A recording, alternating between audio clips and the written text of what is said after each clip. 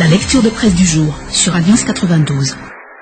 Courrier de Madagascar pour commencer notre lecture de presse en ce jeudi 9 janvier 2014. Vodid tamin'ny hareza noho ny fanohanana candidat narirariran'ny polisi ireo naratra. Résultat provisoire des législatives, les indépendants montent en force. Deux grands titres alors ici du journal. Courrier de Madagascar, mais de la réconciliation, le FFKM prévoit de réunir les deux candidats finalistes. Nous fait savoir ici Courrier de Madagascar après un long moment de réflexion et d'observation de la situation qui prévaut actuellement. Donc, le Conseil économique des églises chrétiennes au pays est sorti de son silence. Ainsi, à travers une déclaration qui a été effectuée hier, le FFKM a annoncé son intention de réunir donc les deux candidats finalistes aux élections présidentielles, et ce dans le cadre du processus de réconciliation. Madagascar matin, début d'une longue révérence.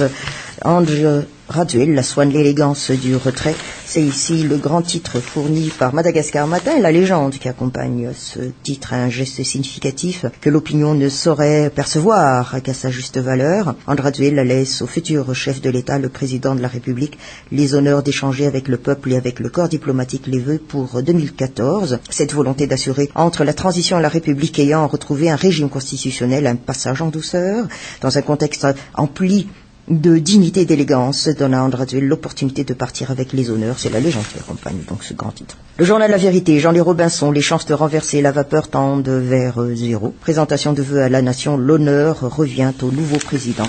Les deux grands titres ici fournis par le journal. Mais de la transition consensuelle inclusive, le dernier Conseil des ministres s'est tenu hier, nous partage ici le journal La Vérité. Il n'est plus qu'une question de jours avant que la CES ne proclame les résultats définitifs de l'élection présidentielle. Ce sera fait au plus tard donc ce 18 de ce mois, avance-t-on. Aussi, l'actuel exécutif est appelé à se transformer. Et déjà hier, nous dit ici le journal La Vérité, se tenait donc le dernier Conseil des ministres de cette période transitoire.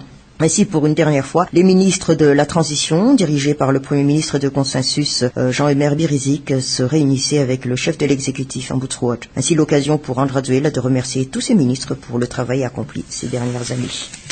L'Express de Madagascar, grand titre, législatif des élections partielles en vue. Vu les nombreuses anomalies constatées par la CENIT dans plusieurs localités lors des législatives cumulées au second tour de la présidentielle, des élections partielles semblent inévitables, sinon des circonscriptions risquent de ne pas être représentées à l'Assemblée nationale. Voilà, c'est le gros ici que nous donne en première page l'Express de Madagascar. La Gazette de la Grande Île, hausse généralisée, anarchie sur les prix. C'est le grand titre donné ici. Le niveau des prix pratiqués par les grandes surfaces est en partie à l'origine de la hausse quasi généralisée contre laquelle l'État peut lutter à travers les contrôles fiscaux entre autres. C'est la légende qui accompagne ce grand titre. Mais tout dernièrement de ce qui s'est passé, attaque à la grenade, de quoi assombrir le climat des affaires. Nous titre ici en page 8, la Gazette de la Grande Île, 6 attaques quand même contre des stations-service totales depuis la crise, dont la dernière était celle d'avant-hier en Doranfoot. Ce n'est pas par hasard que des terroristes visent ces stations puisque le pays compte des stations évoluant sous d'autres marques, à savoir Jovena, Shell, Galana. Mais Total, nous dit ici la Gazette de la Grande Île, est un grand groupe français et d'aucuns attribuent à tort ou à raison l'implication de la France dans la crise actuelle. Quoi qu'il en soit, nous dit encore le journal, il est clair que les actes de trouble tels que lancer des grenades d'avant-hier ne peut qu'assombrir encore plus un climat des affaires déjà plus que morose. Il inquiète les opérateurs économiques et pourrait amener les investisseurs étrangers potentiels donc à fuir le pays comme la peste. Et d'ailleurs, les États subsahariens, avance encore ici la Gazette de la Grande Île, sont nombreux à avoir engagé des réformes économiques et qui y réussissent. Entre autres, nous cite ici la Gazette de la Grande Île, le Rwanda, le Ghana, le Botswana, l'île Maurice, Mozambique, le Burundi. Les investisseurs ont donc un large choix s'ils veulent injecter leur argent dans cette région du monde. Mais pour le moment, et probablement pour longtemps, la Grande Île est loin de figurer sur la liste des pays où investir est une bonne chose. Le journal Les Nouvelles, travail à l'étranger, 40 femmes malgaches emprisonnées au Koweït. C'est ici le grand titre fourni par ce journal. La légende qui accompagne alors ce titre par rapport au travail à l'étranger.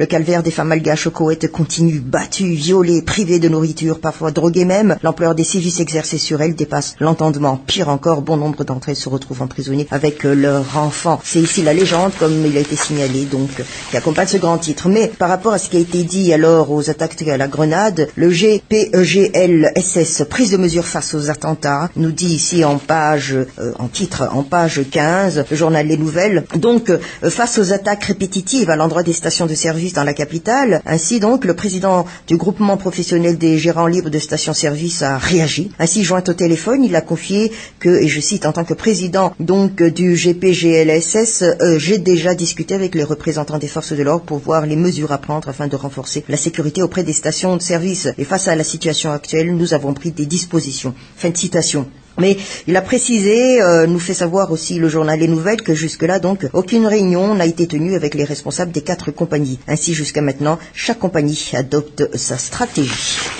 Midi Madagascar, proclamation des résultats provisoires demain, les 12 députés d'Antananarivo-Rinvoud. Voilà, donc on nous donne ici en image, en page 1, les noms des députés donc d'Antananarivo-Rinvoud.